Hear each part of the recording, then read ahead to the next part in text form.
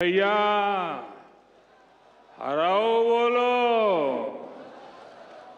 मतंगेश्वर भगवान की, बागेश्वर धाम की जय, जटाशंकर धाम की। अपुन औरण खां मोरी तरफ से दो ही हाथ जोड़ के राम राम जो। कार्यक्रम में उपस्थित मध्य प्रदेश के गवर्नर श्री मंगू भाई पटेल, मुख्यमंत्री भाई मोहन यादव जी, जगत गुरु पूज्य रामभद्राचार्य जी, बागेश्वर धाम के पीठाधीश्वर श्री धरेंद्र शास्त्री जी, दीदी मां साध्वी ऋतंबरा जी, स्वामी चिदानंद सरस्वती जी, महंत श्री बालक योगेश्वर दास जी, इसी क्षेत्र के सांसद विष्णुदेव शर्मा जी, अन्य महानुभाव और प्यारे भाई और बहनों, बहुत ही कम दिनों में मुझे दूसरी बार वीरों की इस धरती बुंदेलखंड आने का सौभाग्य मिला है। और इस बार तो बालाजी का बुलावा आया है।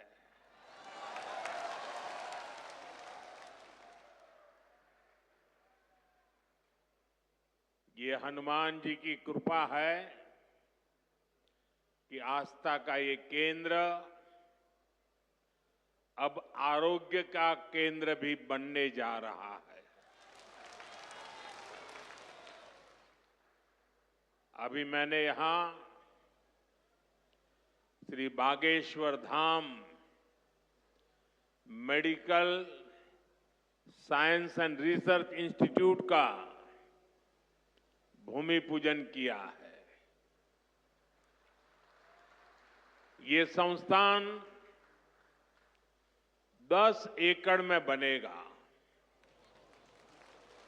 पहले चरण में ही इसमें 100 बेड्स की सुविधा तैयार होगी। मैं इस पुनीत कार्य के लिए श्री धीरेन्द्र शास्त्री जी का अभिनंदन करता हूं और बुंदेलखंड के लोगों को बहुत बहुत बधाई देता हूं। साथियों, आजकल हम देखते हैं कि नेताओं का एक वर्ग ऐसा है जो धर्म का मखौल उड़ाता है, उपहास उड़ाता है, लोगों को तोड़ने में जुटा है। और बहुत बार विदेशी ताकतें भी इन लोगों का साथ देकर देश और धर्म को कमजोर करने की कोशिश करती दिखती है।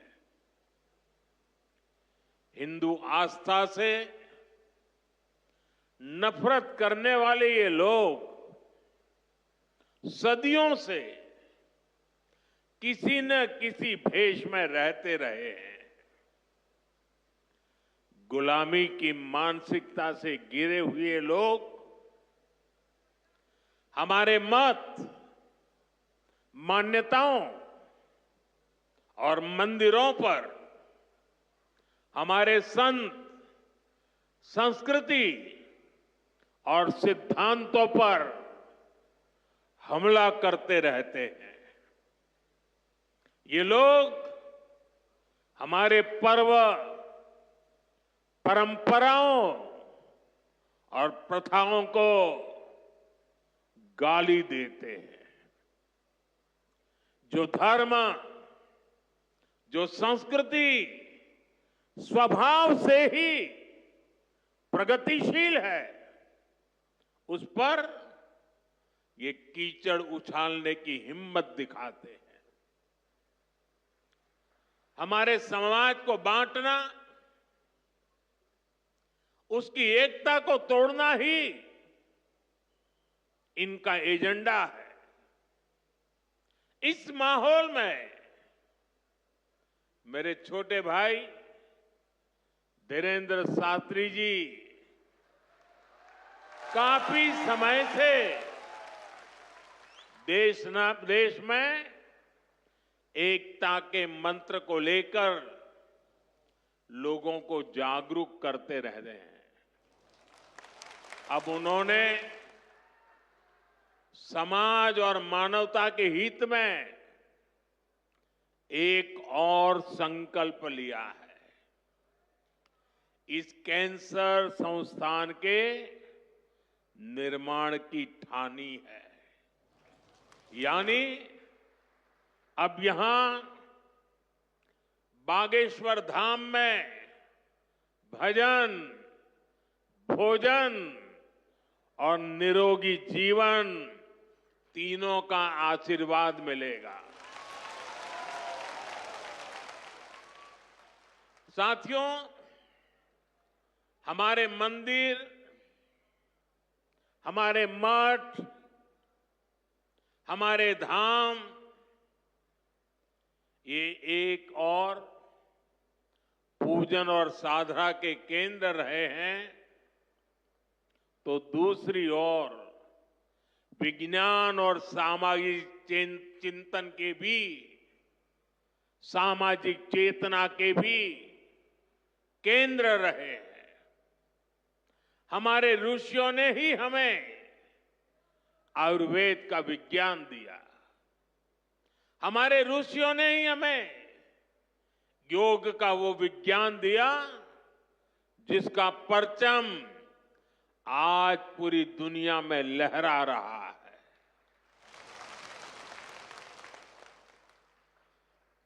हमारी तो मान्यता ही है, परहित सरिस धर्म नहीं भाई, अर्थात दूसरों की सेवा, दूसरों की पीड़ा का निवारण ही धर्म है। इसलिए नर में नारायण, जीव में शिव, इस भाव से जीव मात्र की सेवा, यही हमारी परंपरा रही है।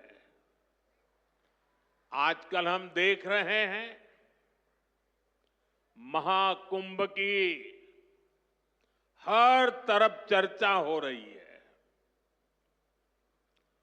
महाकुंभ अब पूर्णता की ओर है।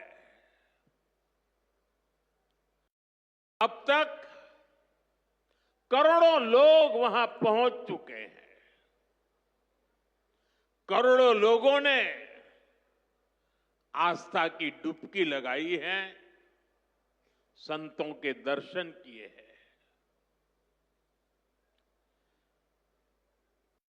अगर इस महाकुंभ की तरफ नजर करें तो सहज भाव उड़ जाता है, ये एकता का महाकुंभ है। आने वाली सदियों तक 144 वर्ष के बाद हुआ ये महाकुंभ एकता के महाकुंभ के रूप से प्रेरणा देता रहेगा और देश की एकता को मजबूती देने का अमृत परोसता रहेगा। लोग सेवाभाव से लगे हुए, जो भी कुंभ में गया है, एकता के दर्शन तो किए ही हैं, लेकिन जिन जिन से मेरा मिलना हुआ है, दो बातें महाकुंभ में गए हुए हर व्यक्ति के मुंह से हिंदुस्तान के कोने कोने में सुनाई देती है। एक, वे जी भर करके स्वच्छता कर्मियों की उनके गुणगान करते हैं। 24 घंटे जिस सेवा भाव से इस एकता के महाकुंभ में स्वच्छता के कार्य को संभाल रहे हैं, मैं आज उन सभी स्वच्छता के साथियों को आदरपूर्वक नमन करता हूं। दूसरी एक विशेषता है जो हमारे देश में बहुत कम सुनने को मिलती है, और इस बार मैं देख रहा हूं एकता के इस महाकुंभ से आए हुए हर यात्री कह रहा है कि इस बार एकता के महाकुंभ में पुलिस कर्मियों ने जो काम किया है, एक साधक की तरह, एक सेवाव्रती की तरह पूरी नम्रता के साथ देश के कोटि कोटि जनों को संभालना इस एकता के महाकुंभ में जिन पुलिस कर्मियों ने देश के लोगों का दिल जीत लिया है, वे भी बधाई के पात्र है। लेकिन भाइयों बहनों, प्रयागराज के इसी महाकुंभ में इसी सेवा भावना के साथ अनेक विध समाज सेवा के प्रकल्प चल रहे हैं, जिसकी तरफ मीडिया का तो ध्यान जाना बड़ा मुश्किल है, लेकिन ज्यादा चर्चा भी नहीं हुई है। अगर मैं सभी इस सेवा प्रकल्पों की चर्चा करूं तो शायद मेरा अगला कार्यक्रम डिस्टर्ब हो जाएगा, लेकिन मैं एक का उल्लेख करना चाहता हूं। इस एकता के महाकुंभ में नेत्र महाकुंभ चल रहा है। इस नेत्र महाकुंभ में देश के कोने कोने से आए हुए यात्री, गरीब परिवारों से आए हुए लोग, उनकी आंखों की जांच होती है, मुफ्त में होती है। नेत्र चिकित्सक देश के गणमान्य डॉक्टर 2 महीने से वहां बैठे हुए हैं, और इस नेत्र महाकुंभ में अब तक 2 लाख से ज्यादा मेरे भाई बहनों की आंखों की जांच हो चुकी है। करीब 1.5 लाख लोगों को निशुल्क दवाई और चश्मे दिए गए हैं, और कुछ लोग ऐसे पाए गए जिनके मोती बिंदु के ऑपरेशन की जरूरत थी। तो इस नेत्र महाकुंभ से चित्रकूट और अगल बगल के स्थानों पर जहां पर अच्छी नेत्र चिकित्सा की अस्पतालें थी, करीब 16,000 मोतियाबिंद के ऑपरेशन के लिए उन अस्पतालों में भेज करके एक भी पैसे का खर्च बिना उन सबके मोतियाबिंद के ऑपरेशन किए गए। ऐसे कितने ही अनुष्ठान इस एकता के महाकुंभ में चल रहे हैं। भाइयों बहनों, ये सब कौन कर रहा है? हमारे साधु संतों के मार्गदर्शन में हजारों डॉक्टर्स, हजारों स्वयंसेवक स्वतः स्फूर्त भाव से, समर्पित भाव से, सेवा भाव से इसमें लगे हुए हैं। जो लोग एकता के इस महाकुंभ में जा रहे हैं, वो इन प्रयासों की सराहना कर रहे हैं। भाइयों बहनों, ऐसे ही भारत में कितने ही बड़े बड़े अस्पताल भी हमारी धार्मिक संस्थाओं द्वारा चलाए जा रहे हैं। धार्मिक ट्रस्ट के द्वारा हेल्थ और साइंस से जुड़े कितने ही रिसर्च इंस्टीट्यूट्स चलाए जा रहे हैं। करोड़ों गरीबों का इलाज और सेवा इन संस्थानों में होती है। मेरी दीदी मां यहां बैठी है। अनाथ बालिकाओं के लिए जिस प्रकार से समर्पण भाव से वो सेवा करती है, अपना जीवन बेटियों के लिए उन्होंने समर्पित कर दिया।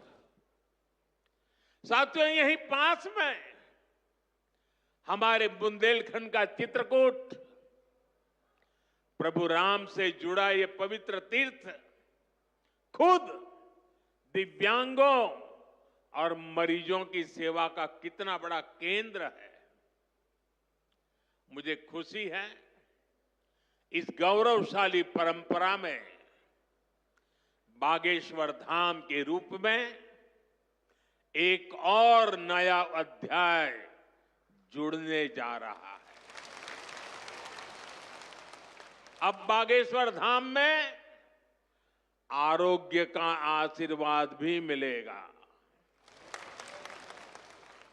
मुझे बताया गया है यहां 2 दिन बाद महाशिवरात्रि के दिन 251 बेटियों के सामूहिक विवाह महोत्सव का भी आयोजन होगा।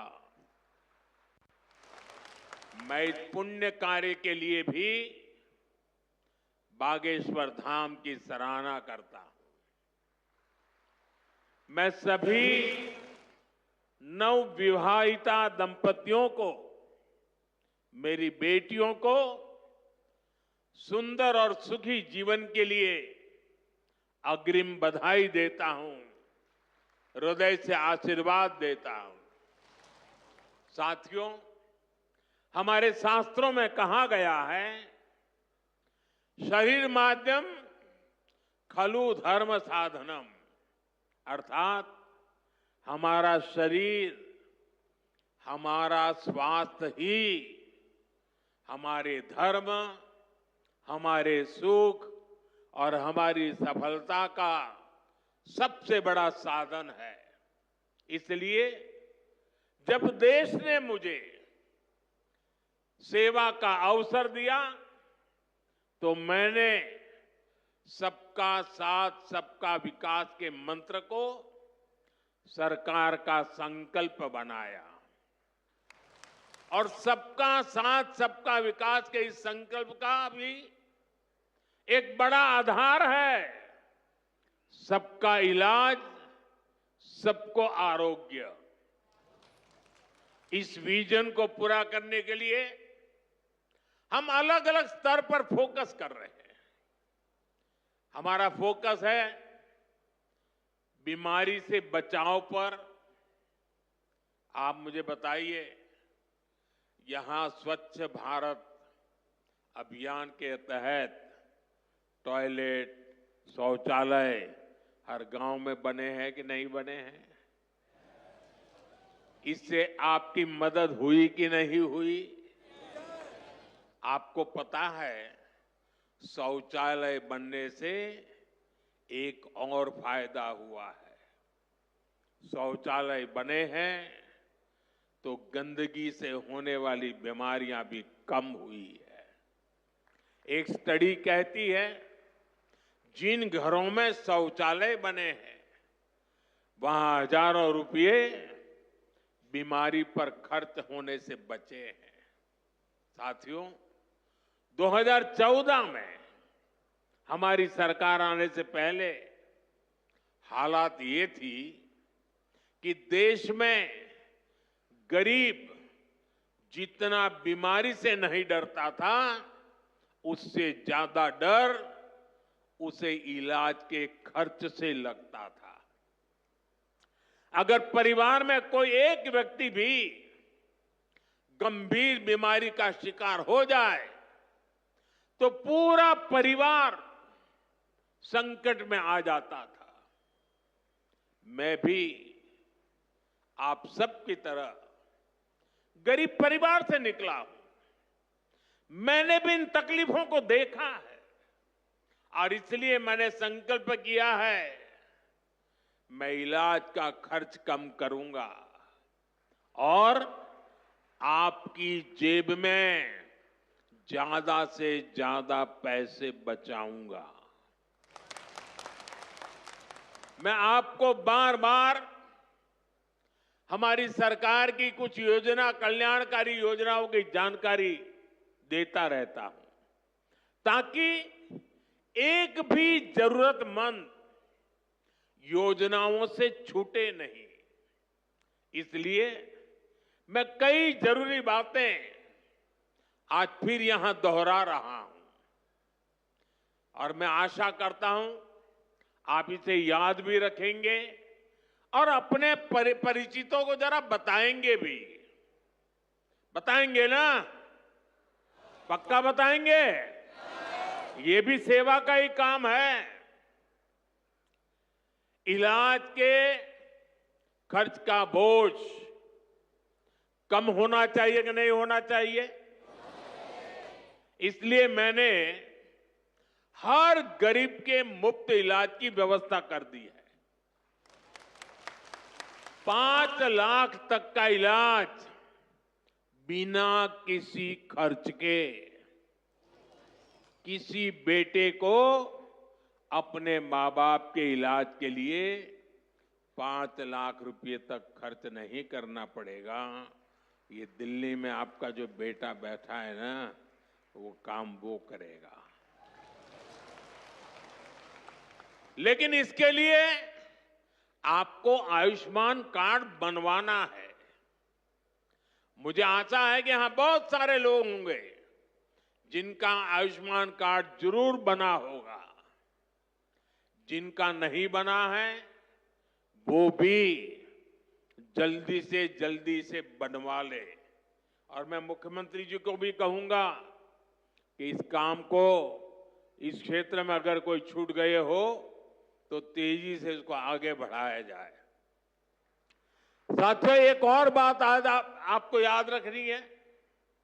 अब गरीब, अमीर, मध्यम वर्ग, कोई भी परिवार हो, परिवार में 70 साल से अधिक उम्र के सभी बुजुर्गों के लिए भी मुफ्त इलाज के लिए आयुष्मान कार्ड बन रहे हैं। ये कार्ड भी ऑनलाइन ही बन जाएंगे।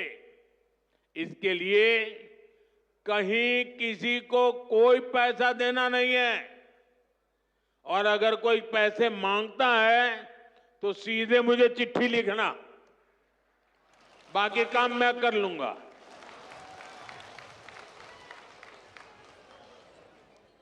अगर कोई पैसा मांगता है तो क्या करेंगे आप?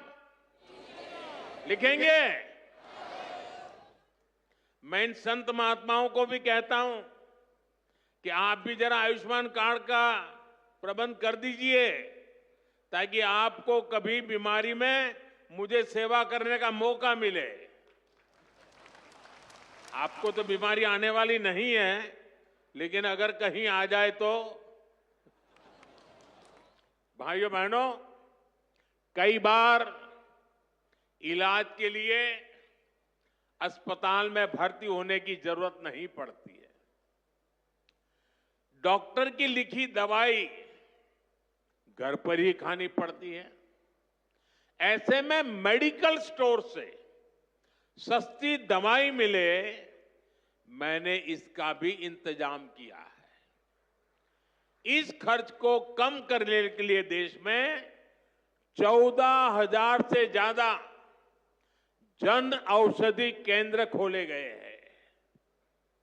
और ये जन औषधि केंद्र ऐसे हैं कि जो दवाई बाजार में 100 रुपये में मिलती है, जन औषधि केंद्र में वही दवाई सिर्फ 15, 20, 25 रुपये में मिल जाती है। अब आपका पैसा बचेगा कि नहीं बचेगा? तो आपको जन औषधि केंद्र से दवाई लेनी चाहिए कि नहीं लेनी चाहिए? दूसरी एक बात मैं करना चाहता हूं। आजकल बहुत बार खबरें आती हैं, गांव-गांव किडनी की भी बीमारी काफी फैल रही है। अब किडनी की बीमारी जब बढ़ जाती है तो लगातार डायलिसिस करानी पड़ती है, नियमित रूप से करानी पड़ती है, दूर दूर जाना पड़ता है, खर्चा बहुत लगता है। आपकी ये मुसीबत कम हो, इसलिए हमने देश के 700 से ज्यादा जिलों में 1,500 से ज्यादा डायलिसिस सेंटर खोले हैं। यहां मुफ्त डायलिसिस की सुविधा भी उपलब्ध है। सरकार की इन सब योजनाओं की जानकारी आपको भी होनी चाहिए और आपको अपने परिचितों में भी सबको बताना चाहिए। तो मेरा इतना काम करोगे? जरा सब हाथ ऊपर करके बताइए, करोगे? आपको पुण्य मिलेगा। ये सेवा का काम है। साथियों, बागेश्वर धाम में कैंसर मरीजों के लिए इतना बड़ा अस्पताल खुलने जा रहा है, क्योंकि कैंसर अब हर जगह बड़ी परेशानी बन रहा है। इसलिए आज सरकार, समाज, संत सब कैंसर के खिलाफ लड़ाई में मिलकर प्रयास कर रहे हैं। भाइयों बहनों, मुझे पता है गांव में अगर किसी को कैंसर हो जाए तो उससे लड़ना कितना मुश्किल होता है। पहले तो बहुत दिनों तक पता ही नहीं चलता कि कैंसर हुआ है। बुखार और दर्द की घरेलू दवाएं ही आमतौर पर लोग लेते रहते हैं, और कुछ लोग तो पूजा जाप में चले जाते हैं, किसी तांत्रिकों के हाथ में फंस जाते हैं। जब तकलीफ बहुत बढ़ जाती है या गांठ दिखने लगती है, तब जाकर बाहर दिखाते हैं, तब पता चलता है कि कैंसर हुआ है। और कैंसर का नाम सुनते ही पूरे घर में मातम छा जाता है, सब कोई घबरा जाता है, सारे सपने चूर चूर हो जाते हैं, और ये भी समझ नहीं आता कि कहां जाना है, कहां इलाज कराना है। ज्यादातर लोगों को दिल्ली, मुंबई का ही पता होता है। इसलिए हमारी सरकार इन सब तकलीफों के समाधान में लगी है।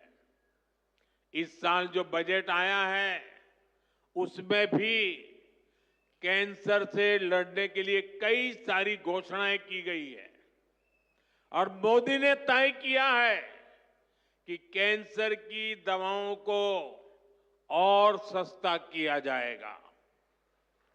अगले 3 साल में देश के हर जिले में कैंसर डे केयर सेंटर खोले जाएंगे। डे केयर सेंटर में जांच भी होगी और आराम करने की सुविधा भी होगी। आपके पड़ोस में ही जो जिला अस्पताल है, चिकित्सा केंद्र हैं, वहां कैंसर क्लिनिक भी खोले जा रहे हैं।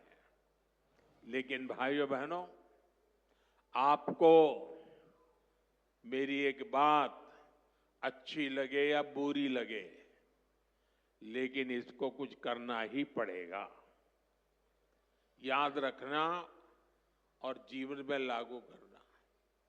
कैंसर से सुरक्षा के लिए आपको भी सावधान और जागरूक होना पड़ेगा। सबसे पहली सावधानी ये है कि समय से कैंसर की पड़ताल, क्योंकि एक बार कैंसर फैल गया तो उसे हराना उतना ही मुश्किल हो जाता है। इसलिए हम 30 साल से ज्यादा उम्र के सभी लोगों की जांच के लिए एक अभियान चला रहे हैं। आप सबको इस अभियान का फायदा उठाना चाहिए, हिस्सा बनना चाहिए। लापरवाही नहीं करनी है। थोड़ी सी भी जो शंका हो तो कैंसर की तुरंत जांच करवानी है। एक और बात, कैंसर को लेकर सही जानकारी भी बहुत जरूरी है। ये कैंसर किसी को छूने से नहीं होता है। ये छुआछूत की बीमारी नहीं है। ये छूने से नहीं फैलती है। कैंसर का खतरा बीड़ी, सिगरेट, गुटखा, तंबाकू और मसाले से बढ़ता है। ये माताएं बहनें ज्यादा खुश हो रही है मेरी बात सुन के। इसलिए कैंसर फैलाने वाले इस सब नशे से आपको तो दूर रहना ही है, औरों को भी उससे दूर रखना है। अपने शरीर और स्वास्थ्य का ख्याल रखना है। और मैं आशा करता हूं, अगर हम सावधानी रखेंगे तो बालेश्वर धाम के कैंसर अस्पताल पर बोझ नहीं बनेंगे। यहां आने की जरूरत नहीं पड़ेगी। तो सावधानियां रखोगे ना? लापरवाही तो नहीं करोगे ना? साथियों, मोदी आपका सेवक बनकर आपकी सेवा में जुटा है। मैं पिछली बार जब छतरपुर आया था तो यहां मैंने हजारों करोड़ रुपए की योजनाओं का लोकार्पण और शिलान्यास किया था, और अभी मुख्यमंत्री जी ने इसका वर्णन भी किया। आपको ध्यान होगा, इनमें 45,000 करोड़ रुपए की केन बेतवा लिंक परियोजना भी थी। ये परियोजना कितने दशकों से लटकी हुई थी। कितनी सरकारें आई चली गई। हर पार्टी के नेता भी बुंदेलखंड आते थे, लेकिन यहां पानी की किल्लत बढ़ती ही चली गई। आप मुझे बताइए, पिछली किसी सरकार ने अपना वादा पूरा किया क्या? ये काम भी तब शुरू हुआ जब आपने मोदी को आशीर्वाद दिया।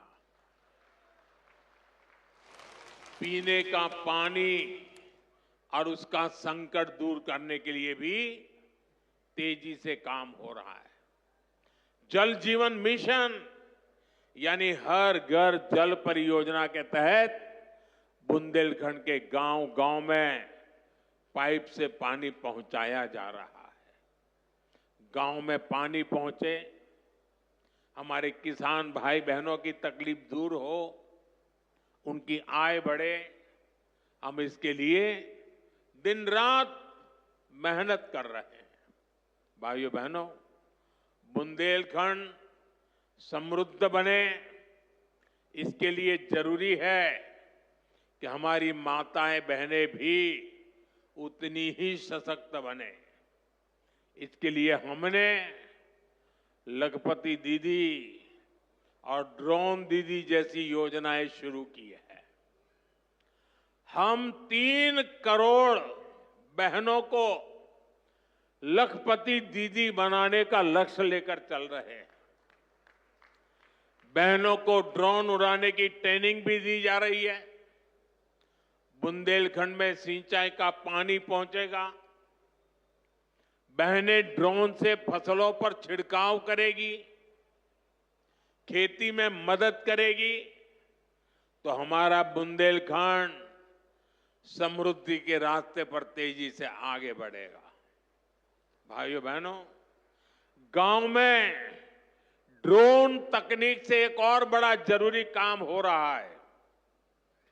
स्वामित्व योजना के अंतर्गत ड्रोन से जमीन की पैमाइश करा के उसके पुख्ता कागज दिए जा रहे हैं। यहां एमपी में तो इसे लेकर बहुत अच्छा काम हुआ है। अब इन कागजों पर लोग बैंक से आसानी से लोन भी ले रहे हैं। ये लोन रोजगार धंधे में काम आ रहा है, लोगों की आय बढ़ रही है।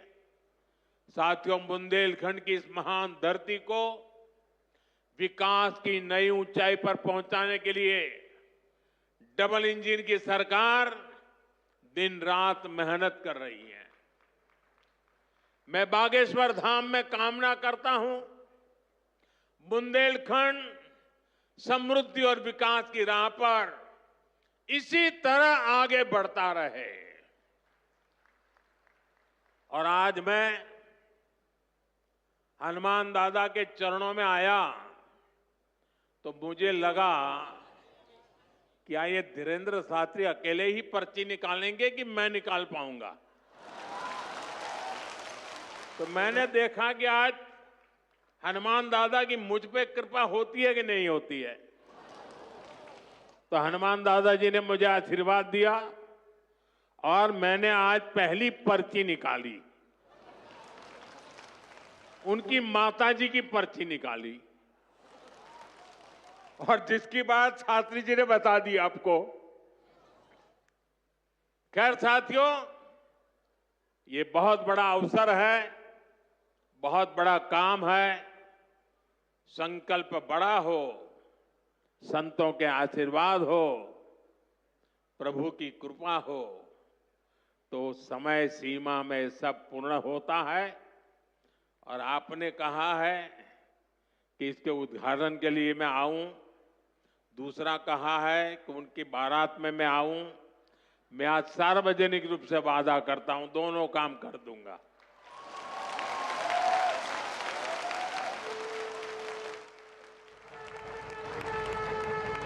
आप सभी को एक बार फिर मेरी बहुत बहुत शुभकामनाएं, बहुत बहुत धन्यवाद।